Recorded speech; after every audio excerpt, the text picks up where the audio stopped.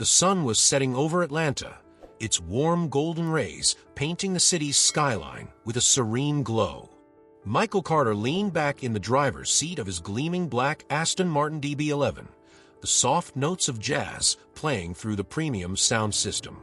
His day had been long, back-to-back meetings with investors, a quick photo shoot for an upcoming magazine cover, and finally, a quiet dinner at his favorite restaurant. This drive was his moment of peace, a chance to clear his mind and reflect on how far he'd come. The car was more than just a vehicle. It was a symbol of his journey. Every inch of leather, every detail of craftsmanship reminded him of the countless hours of work, the sacrifices, and the unwavering determination that had built his tech empire. Michael Carter, the CEO of Carter Innovations, wasn't just a businessman. He was a trailblazer, a man who had turned a simple app idea into a multi-million-dollar enterprise. As he approached a red light, he noticed a police car idling in the opposite lane. The officers inside seemed to notice him too. Michael felt the familiar pang of unease.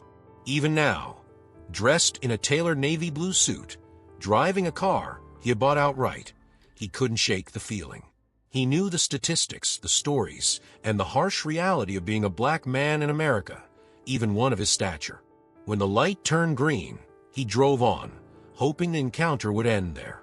But a few moments later, flashing blue and red lights filled his rearview mirror, accompanied by the sharp wail of sirens.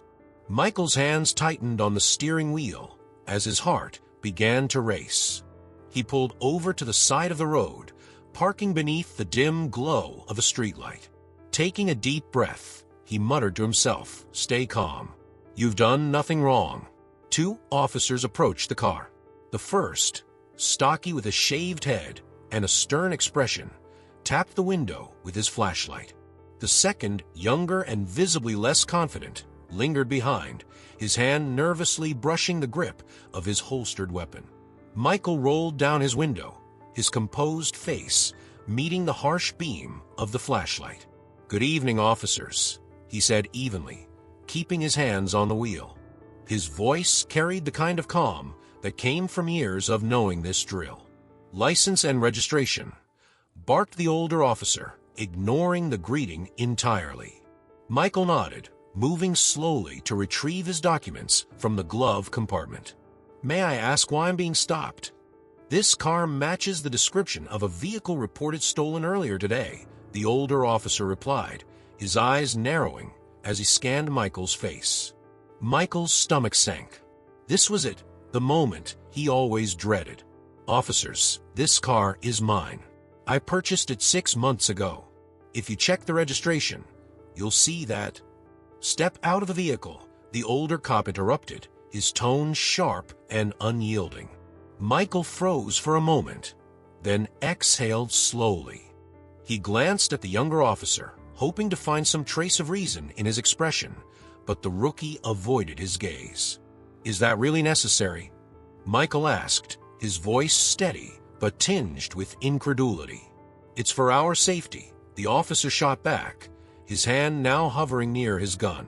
The implication was clear, and Michael knew better than to argue further. He unclipped his seatbelt and opened the door, stepping out with deliberate movements. Standing tall at 6 feet 2 inches, Michael's commanding presence seemed to challenge the officer's assumptions, but it did little to deter their actions. "Hands on the hood," the older officer ordered, his flashlight now directed at Michael's face. Michael complied, placing his hands on the cool metal surface of the car's hood. His tailored suit, his calm demeanor, none of it mattered in this moment. He was reduced to a suspect, his accomplishments invisible under the weight of prejudice. By now, a small crowd had gathered, drawn by the spectacle of flashing lights and raised voices. Phones emerged, their lenses capturing every detail. The murmurs began, hushed at first but growing louder as the scene unfolded. "Isn't that Michael Carter?" someone whispered. "The tech guy? What's he doing here? Why are they arresting him?" Another voice chimed in, disbelief coloring their tone. The older officer moved to the Aston Martin, opening the door and beginning a thorough, invasive search of the vehicle. Papers were tossed aside, compartments rifled through, as if he were determined to find something, anything, to justify his actions. The younger officer stood by, his posture rigid, his face betraying his unease. He glanced at the growing crowd, the phones pointed in their direction, and then back at Michael, who remained composed despite the blatant injustice. "Do you really think this guy stole a car like this?" the rookie murmured under his breath. The older officer shot him a glare. "You think I care what he looks like? You don't get a car like this without raising some questions." Michael heard every word, his jaw tightening. He turned his head slightly, locking eyes with the younger officer. "You're making a mistake," he said calmly. "My name is Michael Carter. I'm the CEO of Carter Innovations. If you check the registration, you'll see the car is legally mine." The rookie hesitated, uncertainty flashing across his face. "Frank, maybe we should." "Run his ID," Frank snapped, cutting him off. "Let's see how this CEO story holds up." The younger officer retreated to the squad car, leaving Frank to continue his search. Michael stood motionless, the crowd's murmurs growing louder. Someone called out, "We're recording this. Don't think you can get away with it." Minutes later, the rookie returned, holding a clipboard with a stunned expression. He leaned in close to Frank, his voice low but insistent. "He's telling the truth. Michael Carter, net worth over $300 million. Frank froze, the words hanging in the air. His grip on the clipboard tightened, his face darkening with frustration. He glanced at Michael, then at the crowd, who now seemed to buzz with righteous indignation. Michael straightened, his calm exterior masking the fire burning inside him. "Are you ready to uncuff me now, officer?" he asked, his tone even but laced with unmistakable authority. The moments stretched in tense silence, every eye fixed on the scene, waiting to see what would happen next. The handcuffs were a sharp, cold reminder of Michael's current reality, their weight biting into his wrists as he stood against his own car. The polished hood of the Aston Martin, a symbol of his success, now felt alien under his palms. Around him, the murmurs of the crowd grew louder, phones capturing every humiliating second of his detainment. Michael could feel their questions hanging in the air, unspoken but palpable. How does a man in a tailored suit end up in handcuffs? Frank, the older officer, had taken command of the situation with the air of someone unwilling to admit a mistake. He rummaged through the car with unnecessary force, tossing aside papers and personal items. The young rookie stood a few paces back, his unease now impossible to mask. His glances toward Michael grew more frequent, each one laced with guilt and doubt. "This doesn't feel right, Frank," the rookie muttered under his breath, his voice barely audible over the murmurs of the growing crowd. Frank straightened, his flashlight clutched tightly in his hand, his jaw set in defiance. "You think I care what it feels like? We've got a job to do." Michael turned his head slightly, catching the rookie's eye. His calm demeanor belied the storm brewing beneath the surface. "Officer," he said, addressing the younger man directly, "you know this isn't right.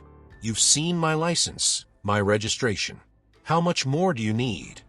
The rookie swallowed hard, his eyes darting to the clipboard in his hands.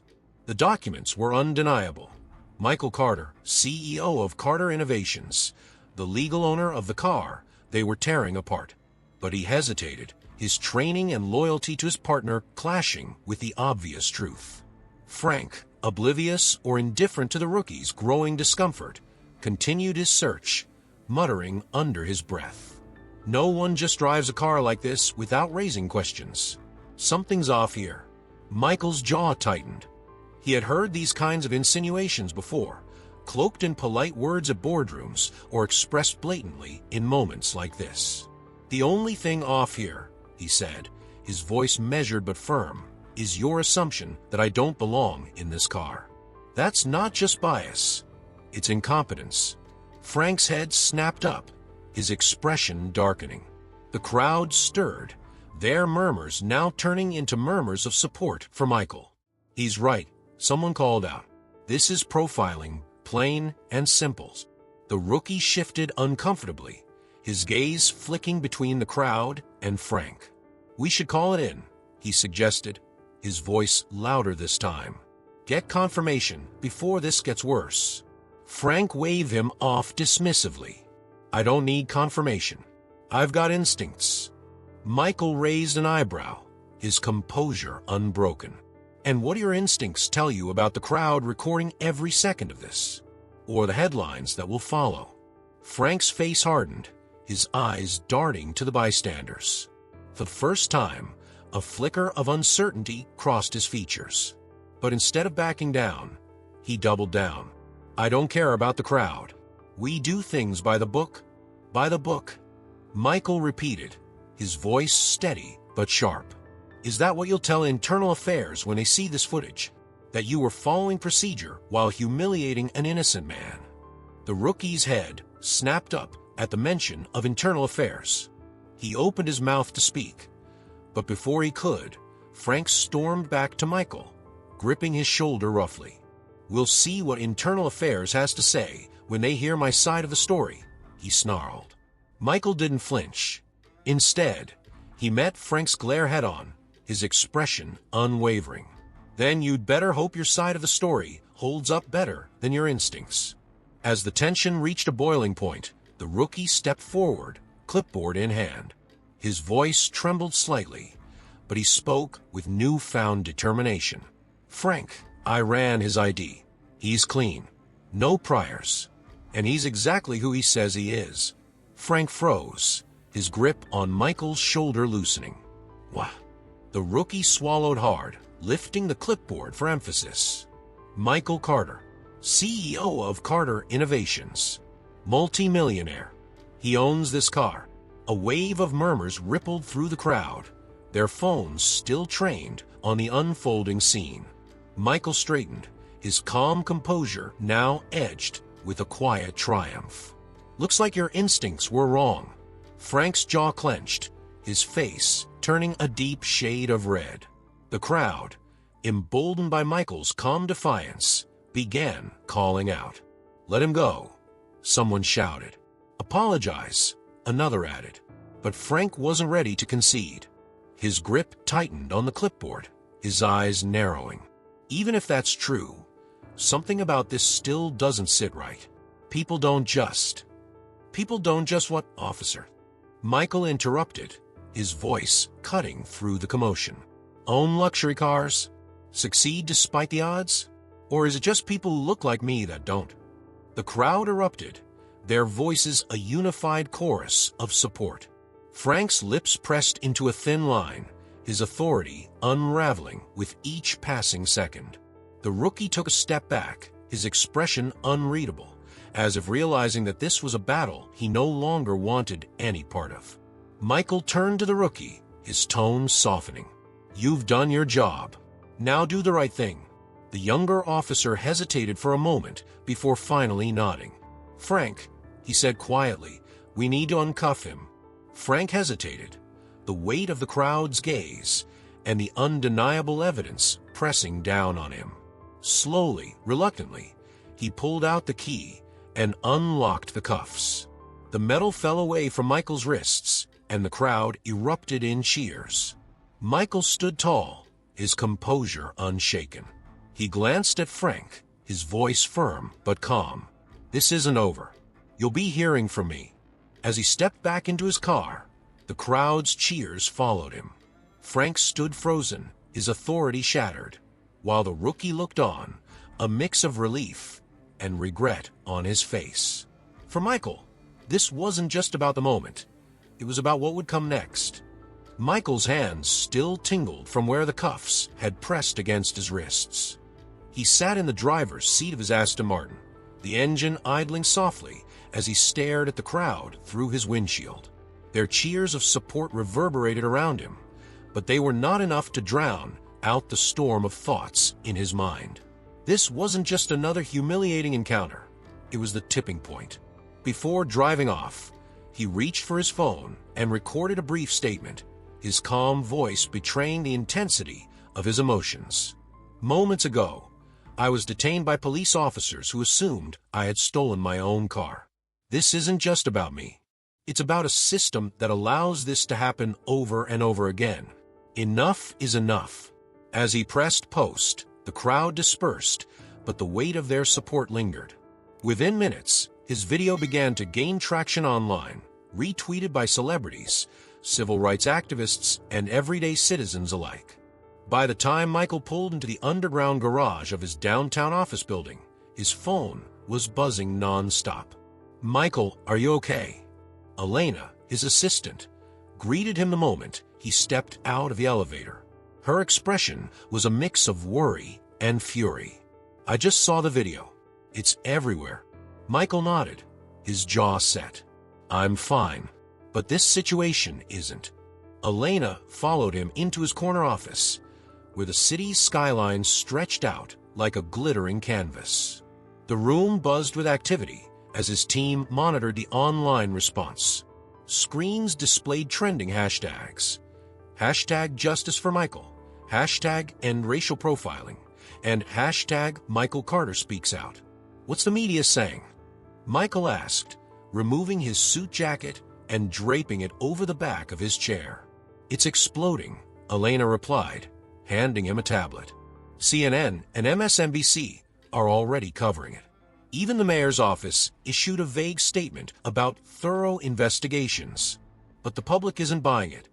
Michael scrolled through the headlines, his face impassive, but his mind racing. He knew the story wasn't just about him. It was about the countless others who had faced similar injustice without the platform to fight back. He glanced at his team, their eyes on him, waiting for direction. "We're not just going to let this be a headline," Michael said, his voice steady and resolute. "This isn't about clearing my name. It's about exposing the system and forcing change." Elena nodded, already scribbling notes. "What's the plan?" Michael leaned forward, his hands clasped on the desk. "First, we gather evidence. The footage, the bystander videos, everything. Then we launch a formal complaint with the department and push for transparency. I want Frank and his partner held accountable." And after that, someone on his team asked. Michael's gaze hardened. "After that, we go bigger. Press conferences, partnerships with civil rights organizations, and proposals for reform. This isn't just about fixing one incident. It's about dismantling the mindset that allowed it to happen." As his team sprang into action, Michael's phone buzzed. The number was unfamiliar, but he answered it anyway.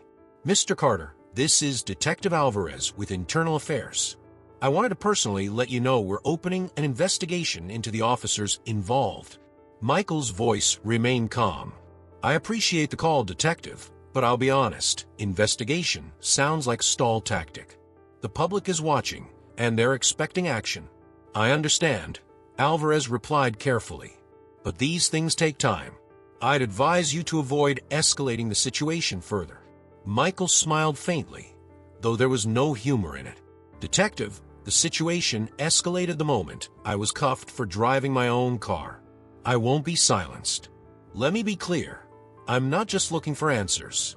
I'm looking for accountability." The call ended, and Michael placed his phone on the desk. Elena looked at him, concern flickering in her eyes. "You're making a lot of waves, Michael. Are you ready for the backlash?" Michael stood, his figure silhouetted against the skyline. "Elena, I've been ready for this my whole life. They wanted to treat me like I didn't belong. Now I'm going to show them exactly how much I do, and how much change we can make." That night, Michael's video continued to dominate the news cycle, sparking debates on racial profiling and systemic discrimination.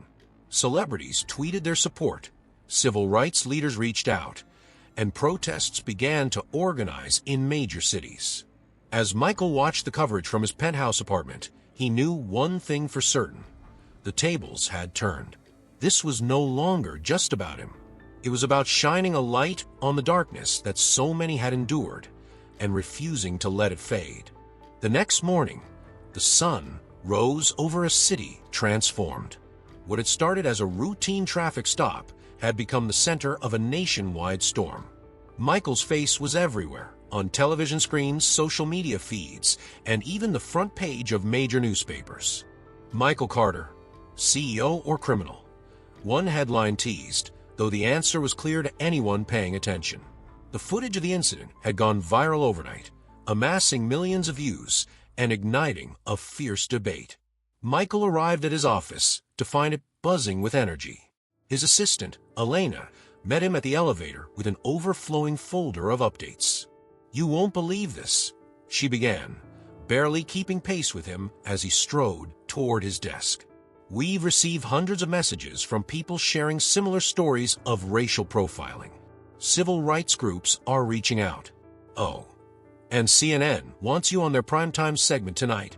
Michael set the folder on his desk and took a deep breath, scanning the flurry of emails and notifications lighting up his screens. "It's bigger than I thought," he muttered, half to himself. Elena nodded. "It's not just your story anymore. People are seeing themselves in this. They're angry, and they're looking to you to lead." Michael leaned back in his chair, his mind racing. He knew this wasn't just about him clearing his name. It was about using this moment to bring attention to the systemic injustice that had plagued communities for generations. He glanced at Elena. "Let's set up a press conference. Today, I need to address this head-on." Within hours, the conference room in Michael's office building was packed with reporters, cameras, and representatives from various advocacy groups. The room buzzed with anticipation as Michael stepped up to the podium, his tailored suit immaculate, his demeanor calm but commanding. "Thank you all for being here," he began, his deep voice carrying across the room. "Yesterday, I was detained by police officers who assumed I had stolen my own car. This was not an isolated incident. It was a symptom of a larger problem, a system that judges people based on the color of their skin instead of the content of their character." The room fell silent, hanging on his every word. Michael continued, his voice steady but impassioned. "I've been fortunate to build a platform through my work, but many others in my position don't have that luxury. They face these injustices in silence, without the resources to fight back. Today, I stand here not just for myself, but for them." He outlined his plan, the formation of a new initiative called Justice Now, aimed at combating racial profiling, pushing for police reform, and providing legal resources for victims of discrimination. He called for transparency, accountability, and mandatory bias training for all law enforcement officers. The applause that followed was thunderous, but Michael barely acknowledged it. His focus was already shifting to the work ahead. As he stepped off the stage, reporters bombarded him with questions, but one stood out. "Mr. Carter, do you believe the officers involved should lose their jobs?" Michael paused, meeting the reporter's gaze directly. "I believe that accountability starts at the individual level.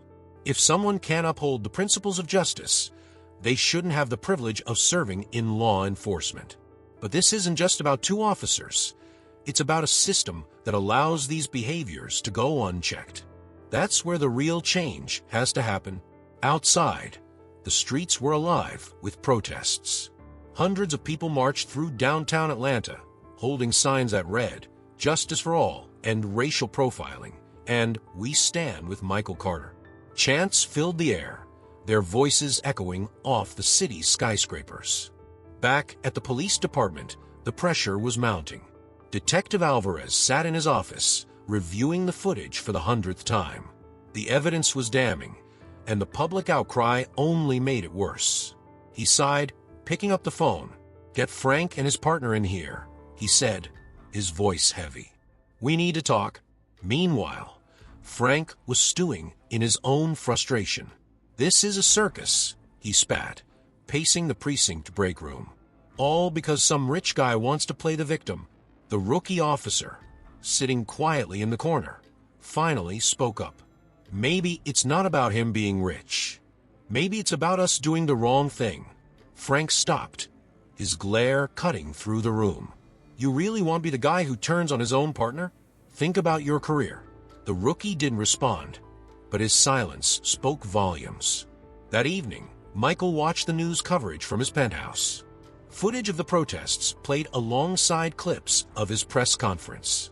The anchors debated the merits of police reform, the role of implicit bias, and the growing momentum of the movement Michael had inadvertently ignited. As he turned off the television, his phone buzzed with a message from Elena. "You did good today, but tomorrow will be even bigger." Michael stared out at the city lights, his reflection faint in the window. He knew this was only the beginning. The outcry had begun, but the fight for justice was just getting started. The streets of Atlanta were alive with voices demanding justice.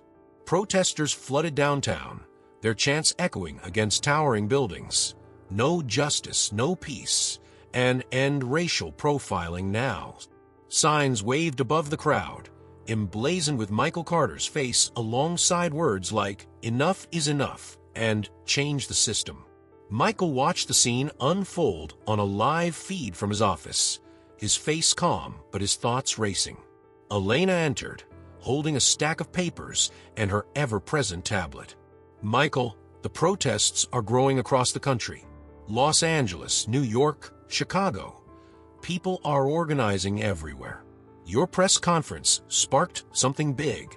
Michael turned to her, his voice measured but resolute. "It's not just me. This isn't just my fight. It's theirs too." Elena nodded, sliding the tablet across the desk. "We've been inundated with emails and messages. Hundreds of stories, people sharing their experiences with profiling and discrimination. Some are asking how they can help. Others want to know if you'll take their cases." "Michael, this is bigger than any of us imagined." Michael picked up the tablet and scrolled through the messages, each one more heartbreaking than the last. A mother recounting how her teenage son was wrongfully arrested. A man describing a traffic stop eerily similar to Michael's own experience. A teacher confessing her fear every time her husband drove home late at night. "These aren't just stories," Michael said quietly. "They're calls for help, and we can't ignore them." Meanwhile, the Atlanta Police Department was reeling under the pressure. Frank sat in the precinct, fuming as he watched a news segment dissecting the incident. His face appeared on screen, frozen mid-sneer, as the anchor condemned his actions. "This is a witch hunt," Frank muttered, his fist clenching around his coffee cup. Across the room, the rookie officer, Jason, sat silently, his thoughts a whirlwind of doubt and guilt. He had replayed that night in his mind countless times, each pass making it clearer. They'd been wrong. "Frank, maybe we need to own up to what happened," Jason said cautiously, his voice low. Frank turned on him, his face dark with anger. "Own up? To what?" "Doing our jobs. You think these people care about the truth? They just want someone to blame." Jason didn't reply, but his silence spoke louder than words. Across town, Michael was crafting a response of his own. That afternoon, he held a meeting with his legal team and representatives from several civil rights organizations.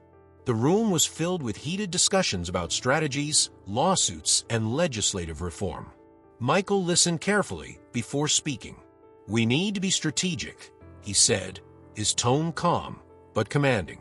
"The protests are important, but we also need concrete actions. Policies, reforms, something that lasts longer than headlines." One of the lawyers, a sharp-eyed woman named Rachel, leaned forward. "We can pursue a civil suit against the department. With the footage and public support, it's a strong case. But it'll take time." Michael nodded. "Then let's start with that. But I don't want this to just be about money or headlines. I want systemic change, mandatory bias training, independent oversight committees, body cam policies that can't be ignored." Elena added, "And we can use justice now to amplify this. Turn these protests into a movement with real goals." By the time the meeting ended, the outlines of a plan were in place. As Michael left the room, his phone buzzed with another update. Civil rights leader Dr. Regina Hayes voices support for Michael Carter. Michael smiled faintly, the weight of the moment settling on his shoulders. He knew this wasn't just about him anymore. It never had been. This was about every person who had been silenced, ignored, or mistreated. And now, their voices were echoing louder than ever. Outside his office, the protests swelled. A young girl, no older than 10, held a sign that read, "I deserve to be safe." Michael watched her from the window, his resolve solidifying. This fight wasn't just for him. It was for her, and for everyone like her, who dreamed of a world where justice wasn't just an ideal, but a reality. The pressure on the Atlanta Police Department had reached a boiling point. The mayor's office was flooded with calls demanding accountability, while the city council faced relentless public criticism for their silence. Protesters had camped outside City Hall for days, their chants echoing through the streets. Inside the department, tensions were just as high.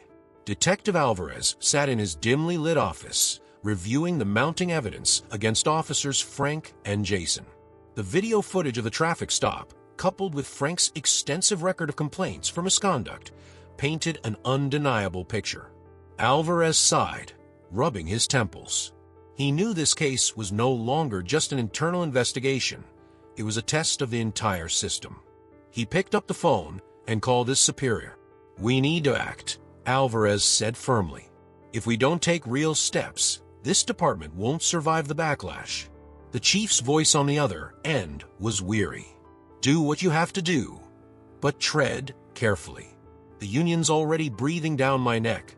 Meanwhile, Frank was feeling the heat in his own way.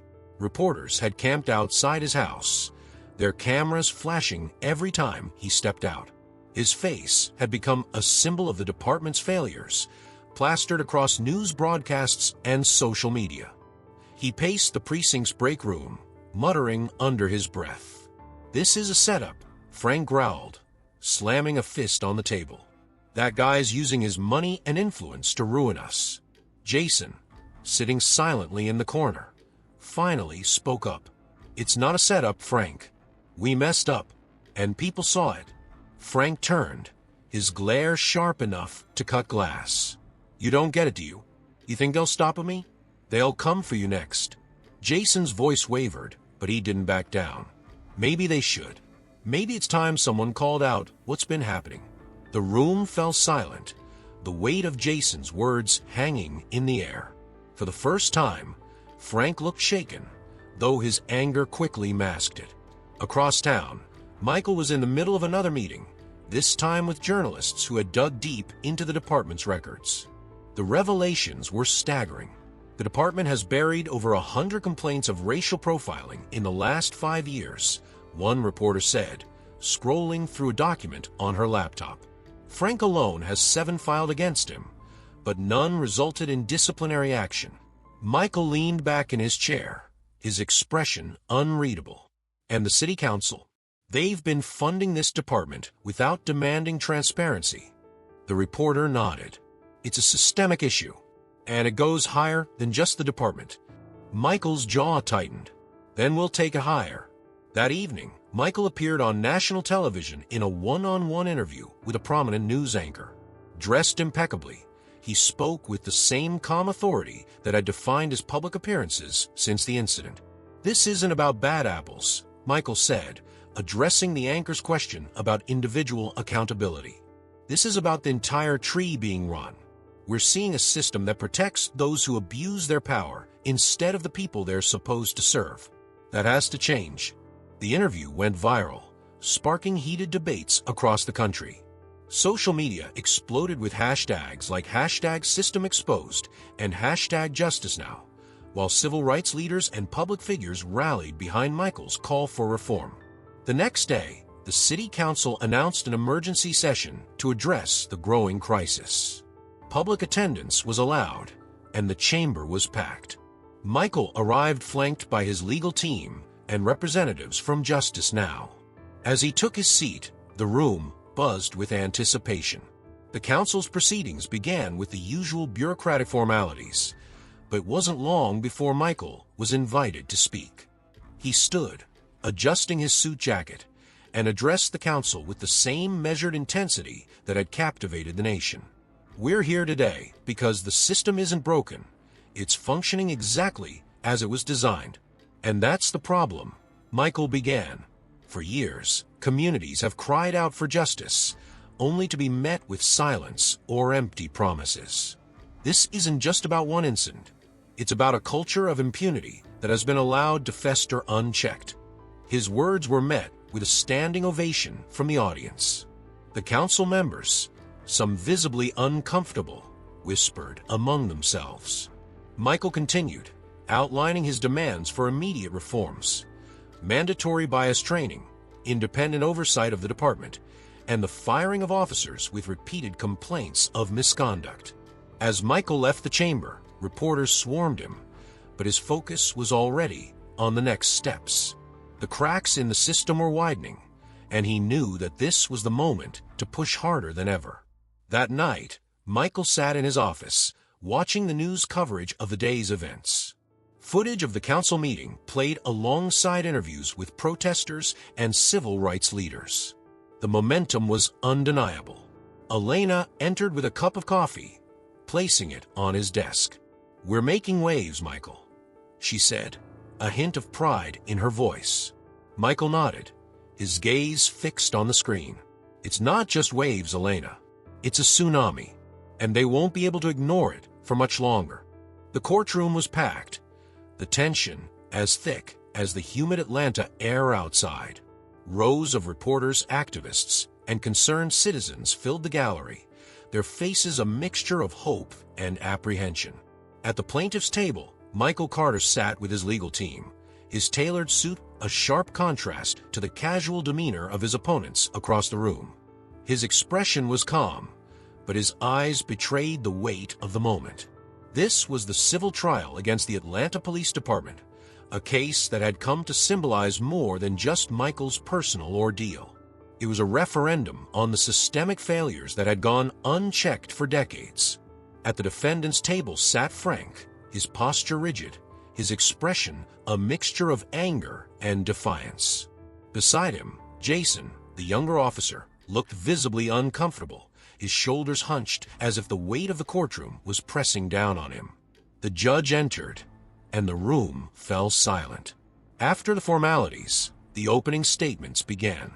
Rachel Brooks, Michael's lead attorney, approached the jury with a commanding presence.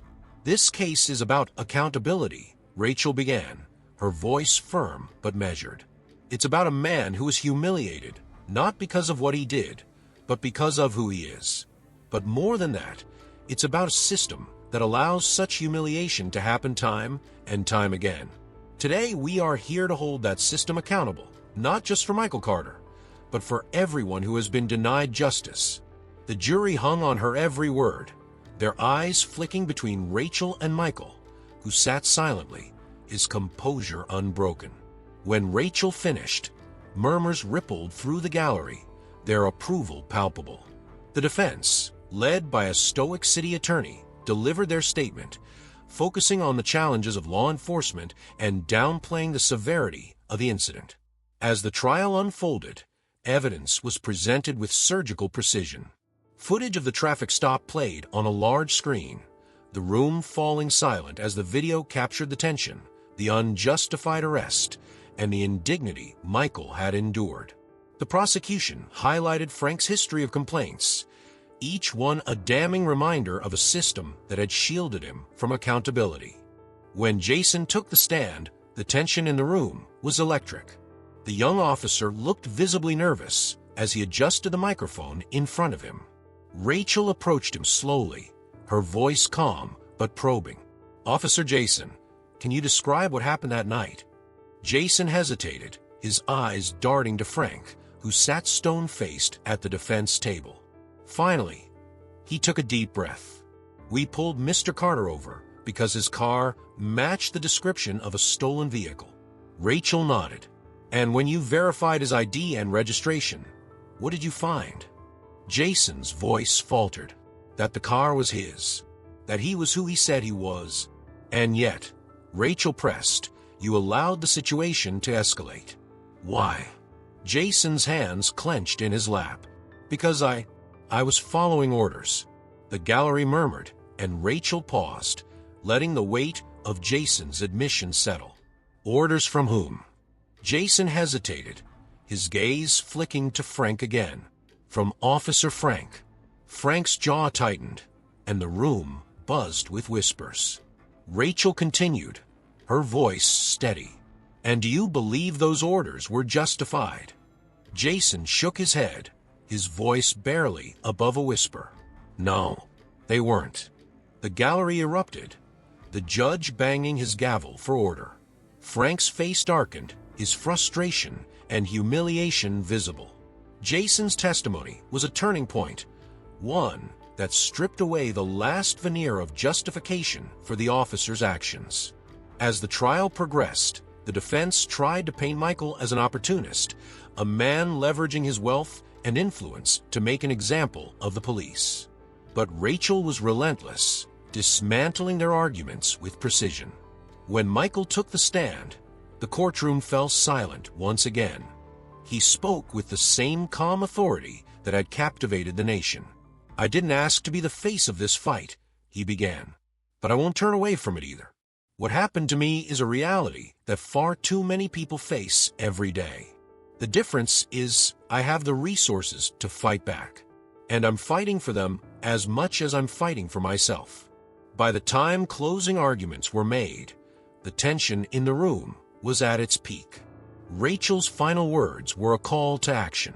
This case is an opportunity to send a message that injustice will not go unanswered, and that change is not just possible, it's necessary. The jury deliberated for hours, the courtroom emptying as people anxiously awaited the verdict. Outside, protesters gathered, their signs and chants filling the air with urgency. Reporters speculated, activists gave interviews, and the city held its collective breath. When the jury finally returned, every seat in the courtroom was filled.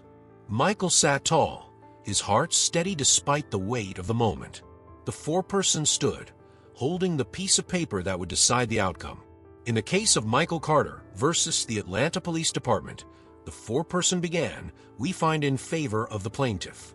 The room erupted in cheers and shouts, a wave of relief and vindication washing over the gallery.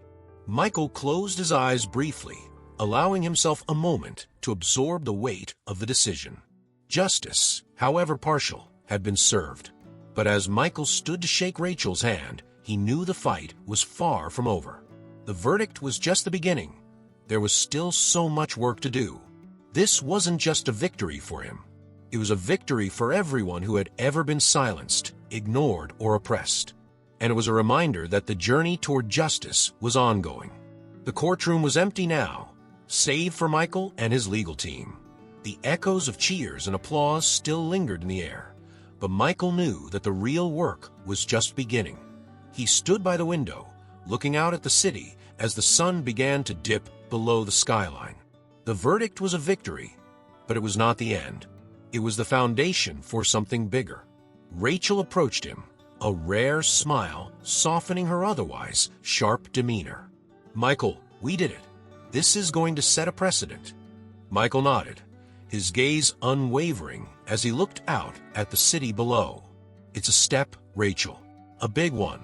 But now we need to make sure it leads to real change. The media frenzy following the trial was immediate and overwhelming. Headlines like Michael Carter wins justice and police accountability on trial dominated every major news outlet. Michael found himself thrust even further into the national spotlight. His phone buzzed constantly with interview requests, speaking engagements, and messages of support from leaders around the world. But Michael's focus was clear. He convened an emergency meeting with his team at Justice Now, the initiative he had launched in the wake of the incident.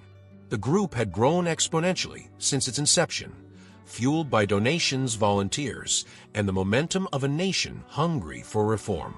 In the conference room, a dozen of his most trusted advisors sat around the table, their faces filled with determination.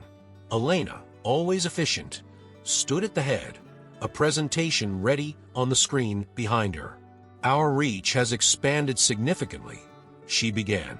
Since the trial, we've raised over $5 million in donations. We're being contacted by civil rights organizations nationwide who want to partner with us. Michael leaned forward, his hands clasped on the table. What's our next move? Elena clicked to the next slide, showing a map of the country. We focus on 3 key areas: legislative reform, community outreach, and legal advocacy. We need to push for mandatory bias training for all officers, independent oversight committees, and stricter consequences for misconduct. Rachel chimed in. We also need to continue setting legal precedents. The verdict in your case is a start, but there are hundreds, thousands of people who need legal support to fight their own battles. Michael nodded, his mind racing with possibilities. And we need to amplify their voices. Stories are what drive change. Let's highlight their experiences, give them a platform, and show the world that this isn't just about one man or one incident. It's about a movement. Over the following months, Justice Now became a national force. Cities across the country began adopting reforms inspired by Michael's case. Police departments implemented new accountability measures, while community leaders worked hand in hand with law enforcement to rebuild trust. Frank, the disgraced officer, faced his own reckoning. Stripped of his badge and publicly condemned, he had become a cautionary tale, a symbol of what happens when unchecked authority meets undeniable accountability.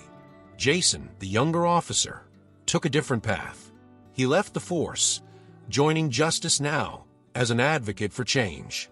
His public apology and efforts to bridge the gap between communities and law enforcement became a cornerstone of the movement. A year later, Michael stood on the steps of City Hall, addressing a massive crowd. Behind him, banners reading "1 Year of Justice Now" fluttered in the breeze. The energy in the air was electric, a mix of celebration and determination. Today, we're here to honor how far we've come, Michael began, his voice steady but filled with emotion. But more importantly, we're here to remind ourselves of how much further we need to go. This isn't the end, it's the beginning. Real change takes time, but it also takes courage. And if there's one thing I've learned, it's that we have more courage than they ever expected. The crowd erupted into applause, their cheers echoing through the streets. Michael paused, letting the moment sink in. He spotted the young girl from the protests months earlier, now holding a sign that read, "Thank you, Michael." His heart swelled with gratitude and resolve. That evening, Michael sat in his office, the city lights twinkling outside the window. Elena entered, handing him a glass of champagne. "To justice," she said, raising her glass. Michael smiled, clinking his glass against hers. "To the fight that's only just begun." As he sipped his drink, Michael reflected on the journey that had brought him here. The indignity of that night, the humiliation of being handcuffed in front of a crowd, it had all led to this. He had turned his pain into purpose, his anger into action. And while the road ahead was still long, he was ready for every step. Justice, Michael realized, wasn't a destination. It was a commitment, a promise to never stop fighting for what's right. And it was a promise he intended to keep. Now that you've followed this story full of twists and emotions, we'd love to hear from you. Comment below and share what you thought about the plot and which moment was your favorite or most gripping. Don't forget to leave a like. And if you enjoyed this story, don't forget to subscribe to the channel. This way, you won't miss any new stories we share. Thank you for listening, and see you in the next story.